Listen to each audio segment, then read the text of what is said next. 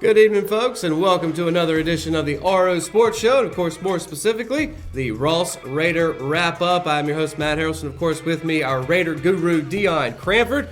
Hope you're having a good week so far, Deon. So, a lot of action that we got to play some catch-up on here, but first off, let's, of course, start with the Raider varsity football team. Had another dominating game. What were your thoughts overall? Well, I mean, Richmond did exactly what they needed to do offensively. They were first, they were really well balanced, but offensively just unbelievable. I noticed that a lot of the Cardinal Gibbons fans and maybe some of their media were kind of saying that maybe defensively they were kind of playing off of our receivers, giving our receivers a big cushion, 10, 15-yard cushion on a lot of plays, and that's kind of why Richmond was able to burn them a lot. But honestly, I think that was the best approach they could use, simply because it forced Richmond to drive. Yeah. You know, I mean, there was one big play, I think, by Dalton Stroman, but other than that, Richmond really had to drive the ball methodically down the field. Which they haven't had to do so far. And so that was actually good for Richmond to show that they can do that, and that they did what they needed to do.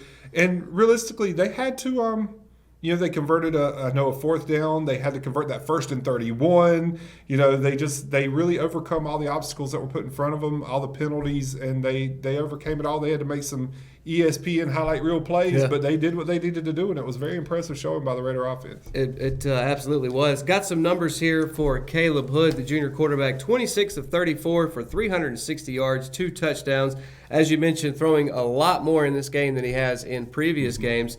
5 first pass completions were to 5 different receivers, so of course continuing to spread the ball around like he's done so far this season. I gotta say though, Cardinal Gibbons was supposed to be, I guess you could say, our toughest competition to date. Richmond still though coming out with a big W. I mean, are we dominating right now in North Carolina? I think so. I think Richmond's definitely the best they've been in a long time. I think they're probably, my guess will be top 3 in the state. I think one of their biggest shortcomings right now is probably on pass defense. Okay. They've really got to start looking for the ball on pass defense. I know Butler really overthrew a lot of passes against where they had open receivers. Cardinal Gibbons had some great passes that just went in and out of the hands of their receivers. Teams like Mallard Creek, teams like Myers Park, some of these other Charlotte area schools, that's not going to happen. You know, they're going to, and you don't want to get in a shootout in those situations. So that has to improve a little bit. Other than that, they look pretty solid. I mean, penalties are going to be an issue, and I think the way they play, that's probably not going to stop. Now, hopefully they can cut back on it, but there's probably going to be a lot of penalties just because of the aggressive and detailed way they play ball. So. Another thing I've noticed is how many different weapons that Caleb has at his disposal this year. Perhaps it's more than it has in the past. Maybe it just feels that way because they're spreading it out so much. But how important is it for Richmond to be able to rely on Caleb's legs if they need to, or his arm, or handing it off to Jaheim, or all these wide receivers that they have? How important is it to be able to adjust throughout a game? Well, it's very important. Like you mentioned before, his first 5 passes went to 5 different receivers. Overall, he hit 7 different receivers in that game, which was a school record, by the way, for most receivers to make a catch in a game. And that's important. Unfortunately, it's a little bit unsettling that I feel like he's having to do too much because he's also the leading rusher on the team. There were a couple of times where he's getting, in the first 4 games, where he's getting kind of run down in the backfield, and he's having to use his feet to really make some plays, turn nothing into something. He had some spectacular plays in that Cardinal Gibbons game that kept a couple of drives going. I don't want to see him doing so much. I'm glad he can, but I want to see some of these other players step up and really make some big plays. Well, I was going to ask you if you think he's running too much, a la Cam Newton, perhaps on the big time stage. But at any level, you can get away with a little more in high school, I feel like. But at some point, you've got to be able to stay in the pocket and not have to take off, right? Yeah, I know. If you can. And having so many weapons, and we're talking a lot about Caleb Hood, but like I mentioned here, Kalen Hood, his brother, Dalton Stroman, Armand Martin, Gavin Russell, Tremel Jones, Jacoby Baldwin, and Jaheim Covington all caught passes in that game. So it's not just Caleb. Right. He's kind of orchestrating it all, but these guys are all making fantastic plays. Some of them made some of them really put their bodies on the line and took some sharp hits after catches and really held on and made big plays. So it's definitely a team effort, but when it comes to the ground game, I'm glad he can do it. I just don't want to see him doing it so much. I want to see some of these other guys step up. Also, a big showing out, as usual, special teams, something that you talk about all throughout last season and again this season. Trevor Moss has put 14 out of 25 kickoff attempts into the end zone, also has 2 field goals, but how important is that, especially when you look back at the end of the season and that number's doubled that at least? Yeah, I mean, and 14 out of 25 is impressive, but when you also consider the fact that a lot of those he didn't put in the end zone was intentional. I mean, he wasn't trying to put it in the end zone. So, I mean, just to know that he can do it pretty much any time he's needed. Most of the time when he does put one in the end zone, it even passes the end zone. I mean, it just sails out into the parking lot somewhere. So, I mean, that's actually been a big deal. It's played a huge part in field position, especially in these first 4 games, and has been a major factor. Absolutely. Mac West has kicked 2 field goals of his own. Perhaps more importantly, 15 out of 16 on PATs. So that's going to be important, especially come playoff time. And then, not to leave anybody out here, also on special teams, Drew Davis has punted only 6 times this season, which goes to show you how dominating Raiders offense has been so far. And he's averaging 32.3 yards per punt. Actually had none against Anson. That doesn't really surprise me, though. No, Richmond scored on every offensive possession against Anson, so he never had to punt. But I think 3 out of those 6 actually dropped inside the 20. So he's pinning guys back. Yeah. But here's the crazy thing: we've got 3 kickers putting up impressive stats. I mean, 3 different guys and I've never seen anything like that at Richmond. Does not I mean, happen. it's unbelievable. And Coach Till has said often that he feels like he's got the 3 best kickers in the conference. And I think statistically they're proving it. Yeah, you could absolutely make a case for that. And of course, not to leave out the defense, a couple of names here so far. Xavier Lindsay, Zamir Webb each have recorded an INT this year. Derek Behringer and Gavin Russell each have 20 tackles. Jarrell White right behind them with 19. He also has 2 sacks. C.J. Tillman, who we've had the privilege of being able to see start from basically middle school and work his way up to the senior team. He leads the team in total tackles with 21. And DeAndre Bethea leads the team in solo tackles with 15 and has 20 total tackles this season. So just a few of the names that are out there killing it on the defensive side. Yeah, but you just listed 5 names that have 19 tackles or more in just 4 games. I mean, that is really impressive. One of the things that we've looked at, and I mentioned something about the passing game struggling. One of the reasons why other teams are having to pass so much against Richmond is because they're not giving up anything on the ground. Nope. In the first 4 games, they've only given up 72 rushing yards in the first half. Yeah. I mean, 72 in 4 games combined, they've only given 72 first half rushing yards, and Cardinal Gibbons got half of those with 36. So, but what can you say? And it's very important for the defense to come out and dominate in that first half to show them, like, look, we came to play. We're not going to let you move the ball, and that can have a lasting effect throughout the rest of the game. So, exactly. Yep. All right, well, let's move from the football field to the tennis court. Before we do, real quick, I just want to remind folks, Richmond on a bye this week for football, so they get a week off, and then they'll be back to go into SAC play, correct? Yep, they'll be playing Pernell Sweat October 4th, I think it is. There you go, so make sure to show out for that. All right, let's head to the tennis court, talk about the Lady Raiders tennis team. Lost to Scotland 6-3. Just looking at some of your stats here. Elizabeth Henry, singles win at Scotland. Ellie Buck and Kaylee Parker each had a doubles win at Scotland. And Paris Allman and Elizabeth Henry, doubles win at Scotland.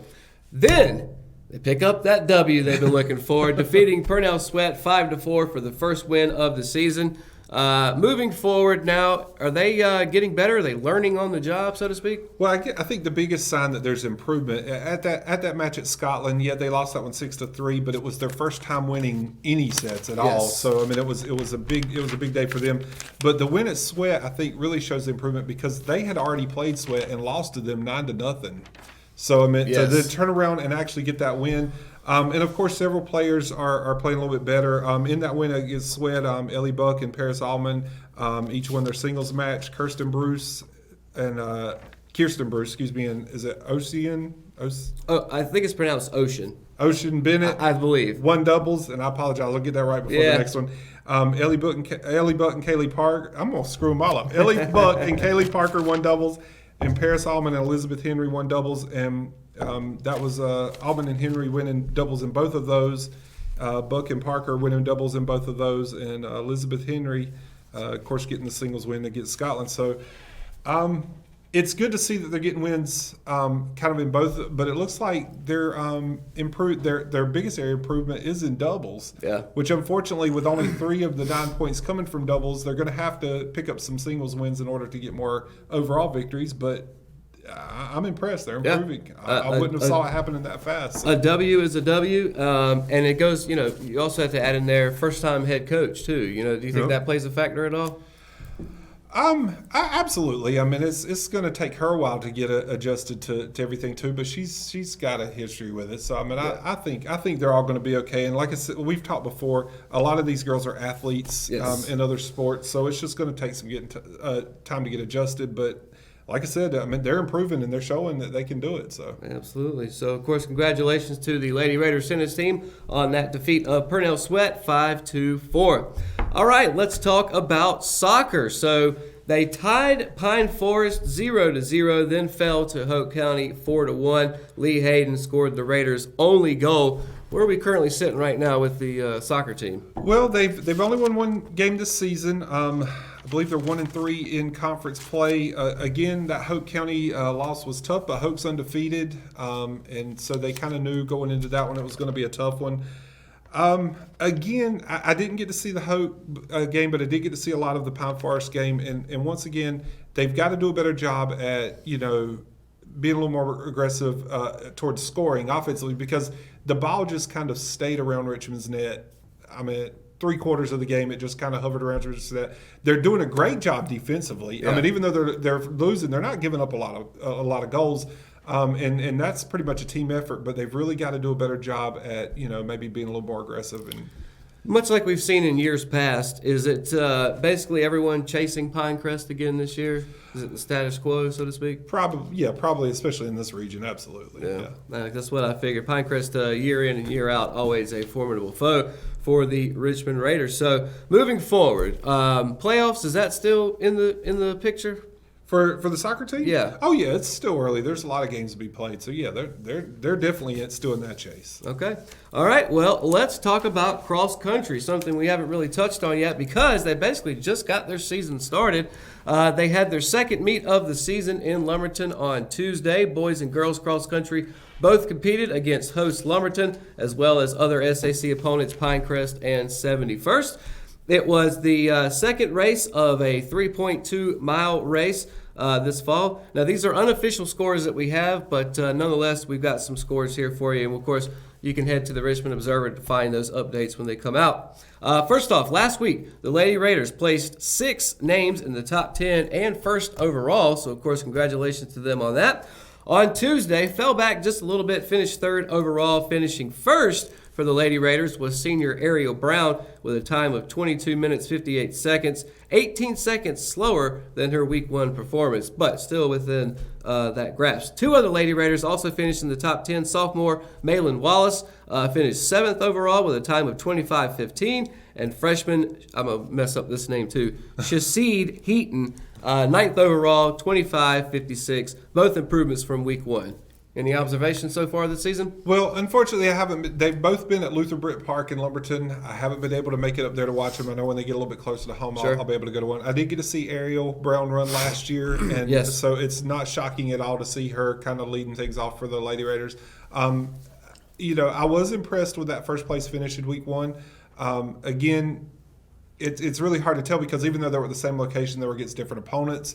So I don't know. It's going to take some time as they run a little bit to see who's going to kind of move ahead in the conference race and see where the big competition is going to be. But, I mean, if we can get several runners in the top 10, what was it, 7 out of 7? 6 in the top 10 6 after in the top Week 10. 1. Yeah, finishing Week 1. I mean, I think the girls' team has definitely got some things to brag about and are going to got good things going this season. Yes, I think they're do. going to finish at least probably in the top 2-3 of the conference. All right. Well, on the boys' side, Pinecrest dominated, seeing all 10 top 10 places being filled by Patriots. So that has to be tough to do, right?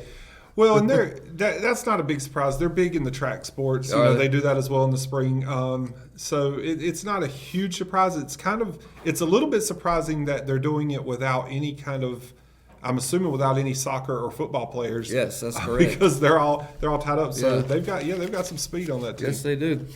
Junior Carson Jordan led the pack for Richmond. He finished 11th overall with a time of 19:46, 20 seconds faster than week 1. So an improvement for Carson. Moving forward, both teams will meet and run next Tuesday at home here at Henson Lake in Rockingham. So give you a chance to go check that out. Seniors will be recognized ahead of the 5 p.m. start time. So Sounds good. Can you believe it? Senior day is already starting up. School year will be over before you know it, Deon. Moving forward, let's hit girls golf. Lots of sports going on all across the landscape. Second match this season, of course, due to weather issues. They had this on Tuesday. Dorian, some other storms, of course, plays havoc when it comes to golf. Richmond and head coach Keith Parsons traveled to Gates 4 Golf and Country Club for a match hosted by Jack Britt. Also featured Pinecrest, Purnell Sweat, Lumberton, and Scotland. Believe it or not, Pinecrest led the way, if you can believe that, with a score of 335. Jack Britt in second with a score of 406. Purnell Sweat in third with a 437. Richmond tallied a 458. And, of course, leading the way, senior Haley Miller with a score of 91. She's really carrying the team this season, isn't she? She is, and I expect her scores to probably move into the 80s over the next couple of weeks. She even told me at the first match in Pinehurst that it had been a while since she had played an 18-hole. It was going to take her a little while to get adjusted, but we knew kind of coming into this she was going to carry the team because everybody else is relatively new. There are a few returners from last year, but they're both sophomores. I'm trying to remember. Kinley Fry and Kirsten McDonald.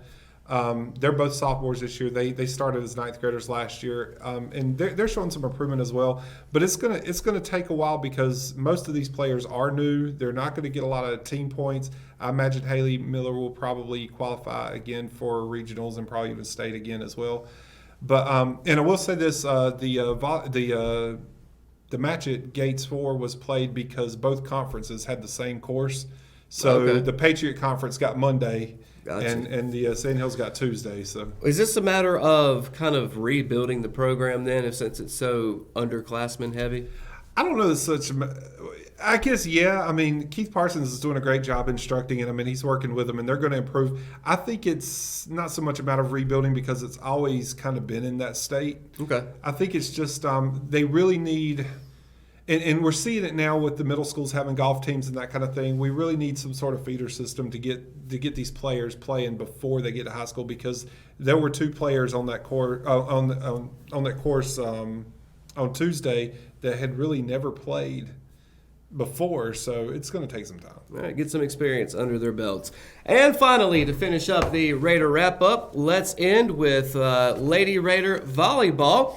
The Lady Raiders won its 9th victory in 10 games and 4th in a row on Tuesday, beating 71st High School 3-0 behind assistant coach Melissa Dennis. Of course, head coach Ashley Larson out a little bit for maternity leave, but congratulations to her on the birth of their baby, her and Chris. Richmond, 9-1 overall, 4-1 in the SAC, was in a 3-way tie with Jack Britt and Scotland when this match started. By the time it was over with, the Lady Raiders stood all by themselves in second place. What do you think so far? In this match, 25-20, 25-20, 25-14 were your set scores. 71st, not much competition, it seems. Well, 71st actually showed up better than I thought they were. It's not really their sport, but that first set, they came out on fire and they actually led the majority of it. Richmond had to kind of come back and win that one. I think after that, and they kind of got control of it, they kind of put them away in those last 2 sets. But surprisingly, 71st looked really well. We did want to give a shout out to Carly. I can't remember Carly's last name, I'm afraid. The other is Georgia Grace Anderson. Georgia Grace Anderson has the highest hit percentage on the team, and Carly Lambeth. Lambeth, yes. It leads the conference in. Sorry. Georgia Grace Anderson has the highest hit percentage in the conference. Okay. And Carly Lambeth has the highest assist count in the conference. So we want to give a shout out to them. Yes. Let's see. Trying to think if there were any others that I want to mention that we haven't mentioned before. Did you have anything else? While you're thinking there, just a couple of other stats here. The Raiders Actually, what do we got here? Trailed Pinecrest overall in the standings. Pinecrest 10-1 overall, 5-1 in the SAC. We only trailed by one game. Of course, Scotland right behind us, 5-5 overall, 3-1 in the conference. So 3 teams there with 1 loss. Is this thing still wide open, or is it kind of Pinecrest and everybody else, you think? No, it's still wide open. I mean, Richmond was in every set against Pinecrest. That's definitely a match they could win in the next one. And to be honest with you, I could definitely see them winning it. They stood with them toe to toe. They just came up short in a few of those sets. And with Scotland kind of beating Pinecrest, and Richmond's got Scotland coming up, that's kind of an interesting match itself. Yes. Plus, it's a rivalry game. So I think if Richmond wins that one, they'll be in a tie for Pinecrest for first. Of course, Pinecrest will have the tiebreaker until that next rotation of the conference rolls around. Yes, they will. Speaking of Scotland, the Lady Raiders will end their week tonight against those Fighting Scots on the road at their house. That match is set for 6 p.m. And as you mentioned, that's going to be a pivotal game looking forward for the SAC. So hopefully Lady Raiders able to get a W in volleyball. That's going to do it for this portion of the RO Sports Show. You are ready to wrap up. That is Deon Cranford. Appreciate you joining us as usual. We're going to take a quick break. When we come back, Russell Parker's joining the desk for Ross Racing. Stay tuned.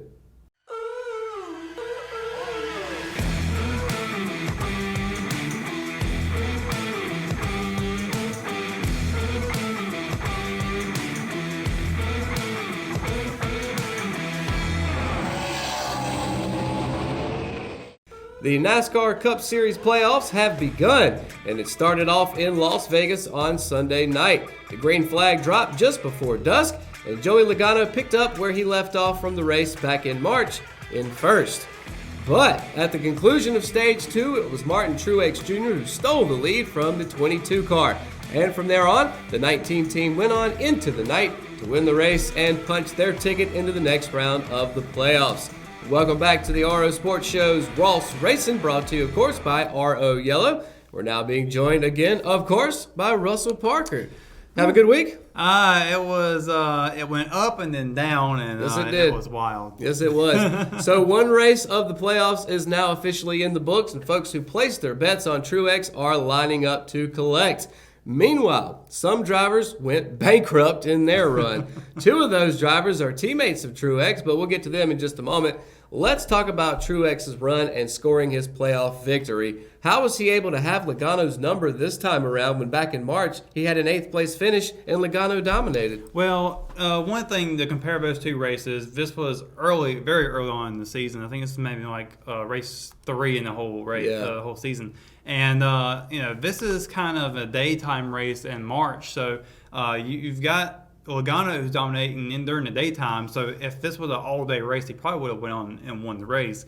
But Truex, it came down to whoever had the best car set up for the night run, and he just had it in the right place. His crew chief, Cole Pern, obviously made the right calls to get his driver out there, and he edged him out in Stage 2. I was so frustrated. A little bit there was to Matt DiBenedetto for running in front of Logano there, but I mean everybody's racing for positions here. Of course, in the playoffs, everyone's out for themselves at this point. Yeah. And but overall, I mean Truex, great job for him. I mean he did a great job executing everything correctly, no mistakes, exactly how you want your playoff run to start. Looking out for themselves as they should be at this point, right? Oh, definitely. I mean, yeah, you got your teammates out there and you want to try and help them, but when you get to this late in the season, the playoff time, you're out there for yourself and for your team. Everybody who works on your car, that's who you're representing. That's who you're going to try to make proud and come home with the big trophy. All right. Well, if the playoffs were musical chairs, Truex has taken his seat, while the other 15 are looking to take the remaining 11. If you do the math, that doesn't come out right. Somebody's missing a chair. Now, it is a crowded room right now on the cutoff line. Now, everybody from Denny Hamlin in 7th place and up are probably content with where they are. But Kyle Larson is just 17 points above the cutoff line, and all the way down at the bottom is Eric Jones with 26 under. With 2 races remaining in this first round, would you agree it's too early to say who is definitely out and who's definitely in? Well, I think those guys who we might think are content, I mean, they're definitely not. Those guys those guys have to still be worried. I mean, you look at Kyle Busch's run, which I know we'll get to that in a little bit. He had a really bad points day. He missed out on everything for stages. Eric Jones has had a terrible day, mechanical failure at the end of stage 1. Kurt Busch hit the wall, blew a tire. Clint Boyer obviously had a frustrating day as well. I mean, these guys who are at the bottom right now, I think they can still climb out. It's just going to be a really steep hole to get out of. William Byron, Ryan Blaney, Alex Bowman, Eric Almirola, those guys down there that are kind of on the cusp of making it in. I mean, they had solid points days. I mean, they did very well in the stages. Ryan Blaney had a big top 10 finish, as did Alex Bowman. Eric Almirola made up a lot of points. Then Ryan Newman, who was 16th entering into this, is now only 6 points underneath right now. I think Newman is proving right now that he is not just some pushover like everyone expected him to be when he got in. Everybody thought these last 4 spots are just, they're going to be the people first out. But, I mean, these guys are proving that they can hang out, and you're seeing guys who we expect to probably move on, at least from this round, not possibly make it. Yeah, and looking at the names that are hovering around that cutoff line, at this point, at this stage in the playoffs, is it more important to try to get the win, or is it more important to try to be consistent throughout the next few races? Well, some of these guys probably won't have a shot at getting a win. I mean, Richmond coming up, I mean, you got to have a driver who knows how to run short tracks. And, I mean, you got some guys out there who can very well do that. Eric Jones ran very well at Richmond earlier this season, so I expect him to have a top 10, assuming nothing mechanical happens.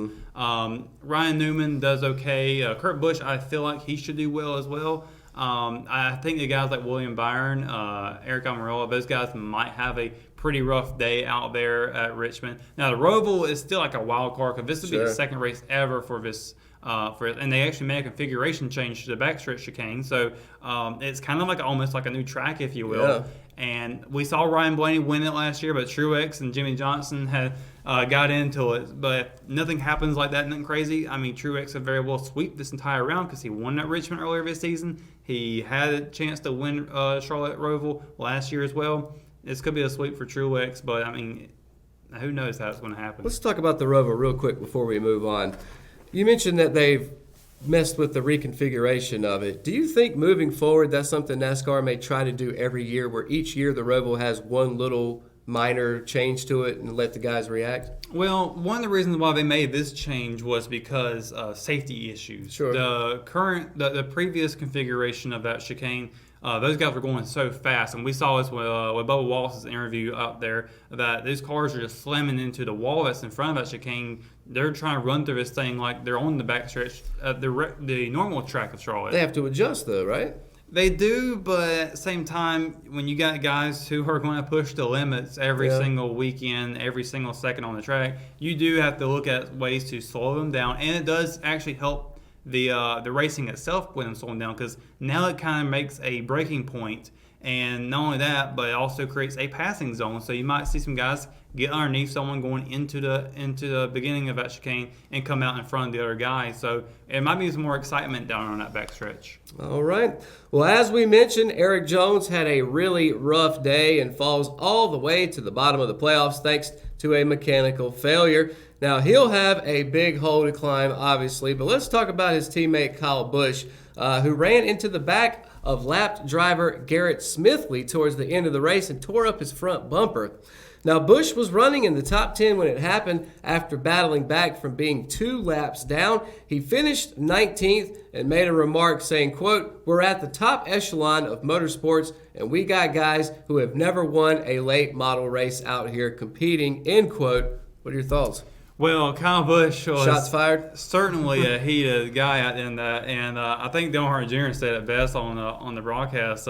He was trying his best not to say what he wanted to say, but he just let it out. And sometimes, I mean, I actually kind of agree with what Kyle Busch said. I mean, you got guys out here who haven't really made it, and they're out there running in the Cup Series. I mean, You think that they'd be in the Xfinity or the Truck Series, maybe even the K&N Series or something like that. Could I bug you for a specific name that he might be talking about? Anybody come to mind that you know of? I mean, really. I'm not trying to add fuel to the fire, but is he talking about anybody specific or just in general? He was actually gearing it straight towards someone like Garrett Smithley. Okay. There are some other drivers who felt that as well, and he's mainly talking about these guys who run in the back all race, and Gotcha. it's not really their fault. I feel like if Garrett Smithley came back and said himself that if you put me in one of Kyle Busch's cars or trucks, he could do just as good as Kyle Exactly, Busch. yeah. And that could be the case, and we probably won't never get to know that because I don't know if Kyle Busch will let him, but. I understand both sides of the I guess the ball here, that why Kyle Busch is frustrated, and at the same time these guys who are running down here with these underfunded teams that can't quite do what these guys at top level can do, and it is a bit of an unfair thing going on here, but it is kind of the life of things. Yeah. However, that's been going on for as long as I can remember in NASCAR. It's not something that just happened overnight. Shouldn't they, when they're training, isn't that part of your training is to be able to dodge these guys that are at the bottom of the pack? Very well, and actually kind of one of the rules out there is that if you are a car that's been lapped or about to be lapped and the leaders or those front runners are coming through, you hold your line and let them go around you. Use the left lane.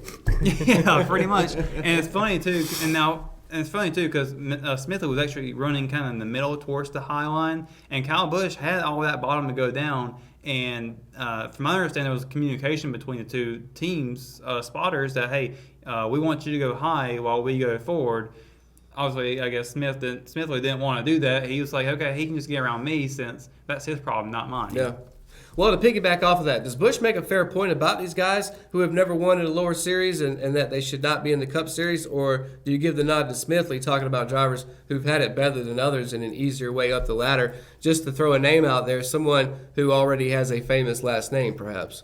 Yeah, I mean, you do see that out there quite a bit. I mean, I'm not saying anything against Chase Elliott right now. He is a great driver. How'd you know that's the guy I was thinking of? But I mean, Chase has proven himself. But yes, he has. When his name with Chase Elliott, with Gave the last him name more Elliott, opportunities. it does help out, and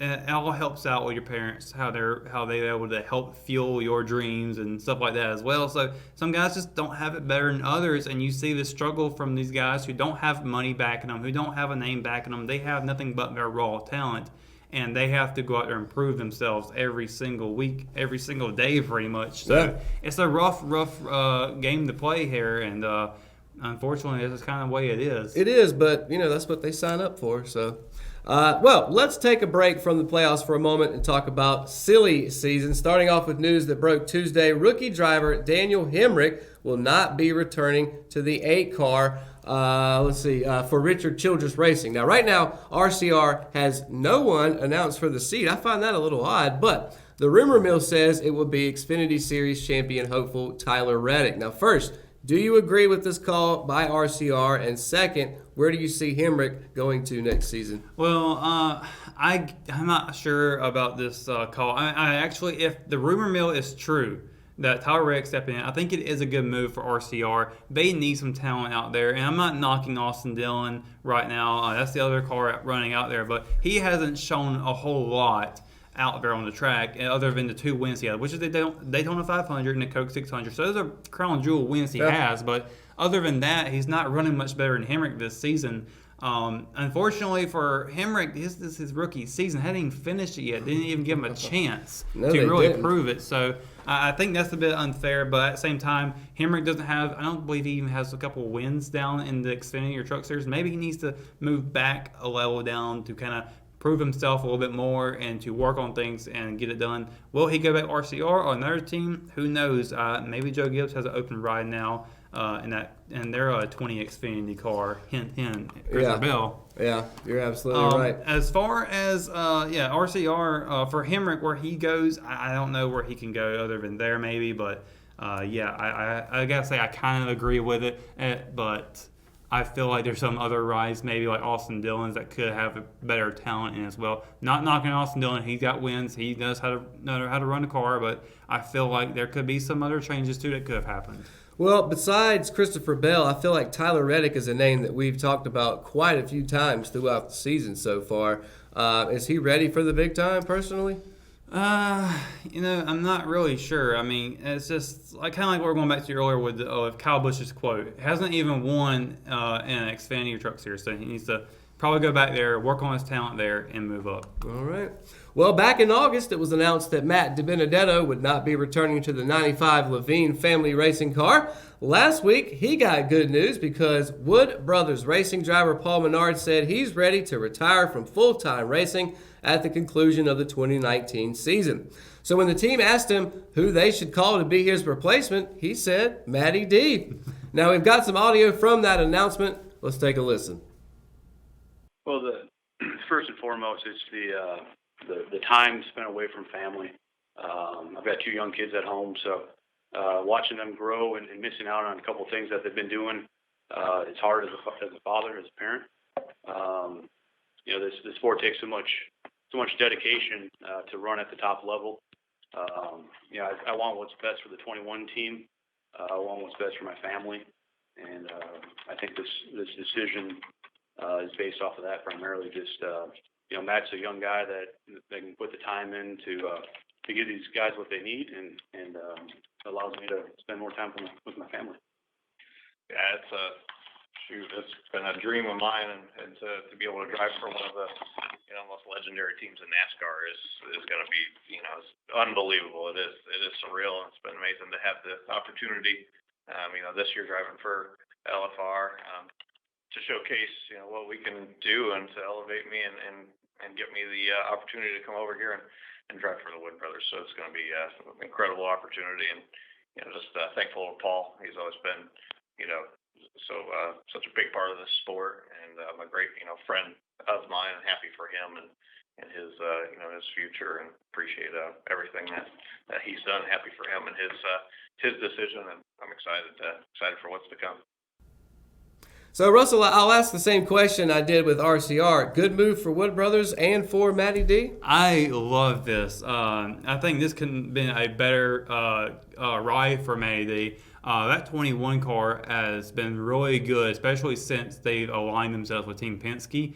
And Paul Menard has shown that, too, because he came from RCR a few seasons ago and wasn't doing too well in that 27 car. Moving to a 21, he's actually performing better in it. So I do see that this being a good move, and I think that team can do really well. And maybe Matty D can get that 100th victory they've been looking to get for a while now. I love the fact that Matty D's going to this car because there's just so many things going on with him that everybody loves. And to have him on a team is going to do wonders for them because he brings the popularity, he brings the fan base, he's got all that with him. And I think you couldn't have asked for a better way of him going somewhere than someone to recommend him to take their ride. And that's really special. And props to Paul Menard for that. And speaking of hot names, perhaps none hotter than Matt DiBenedetto. We've definitely mentioned him a lot lately. Is this a case of him riding that wave of momentum, so to speak? What do you think? I think so. It's pretty certain to me. I feel like it's pretty certain to me that he definitely is really happy with this because he belongs at that level. Yes, he does. He has proven it. I mean, he took a car that was really nothing when it first started out, and he's gotten a solid top 10 finishes. He had a runner-up finish to Bristol, nearly won that race. Yeah. And, he's taken that car to the next level. Unfortunately, he gets kicked out for it. But it is what it is. And now he's going to be able to prove himself. And I would argue a better car than the 95. Now, how that changes with Joe Gibbs backing Levine and then Team Penske backing Wood Brothers, that's going to be interesting to watch, I think, for next season. That's going to be a lot of fun to watch. Yes, it will. And, of course, best of luck to Matty D and his crew. Now, Matty D will be in a race car in 2020, but at Las Vegas, these drivers were in the groove. Russell, who are they? Well, for the Cup Series, I've got Ryan Blaney. He started 23rd, finished 5th. Just a huge point save for him on that. Consistent in the top 10 in both stages. Really good job for Ryan Blaney to keep himself in contention for the championship. Xfinity Series, who just wrapped up their regular season. Now they're entering their playoffs. Okay. Noah Gragson got it started off pretty well for him. Started 36th in that race and finished 6th. Made up 30 spots. That's impressive. That's huge. Yeah. And for the truck race, they concluded their first round, their round of 8. Austin Hill, Tyler Reddick, Tyler Ankrum, those two actually got to make it into the next round. Those are my bottom 2, actually. So, but Austin Hill specifically won the race after having a bad start to the first playoff round. So, ending it with a huge deal for sure. All right, well, those are your drivers in the groove. And let's move on over to this Saturday night for the 400-lap race at the 3/4-mile Richmond Raceway. Earlier this season, we saw Martin Truex Jr. beat your man Joey Logano to the checkered flag. It was sort of like the two rekindling their rivalry from the end of last season. No doubt these two are among the favorites in the September race, but who else should fans be looking out for? Obviously, anyone who's got the name Gibbs or Penske on their car. But I would also watch out for maybe the Chip Ganassi drivers, Kyle Larson and Kurt Busch. Those two guys, I think, could be a big contender for this race. We've seen Kyle Larson get a win here in the past. We've seen Kurt Busch have really good success here in the past as well. Recently, I'm talking.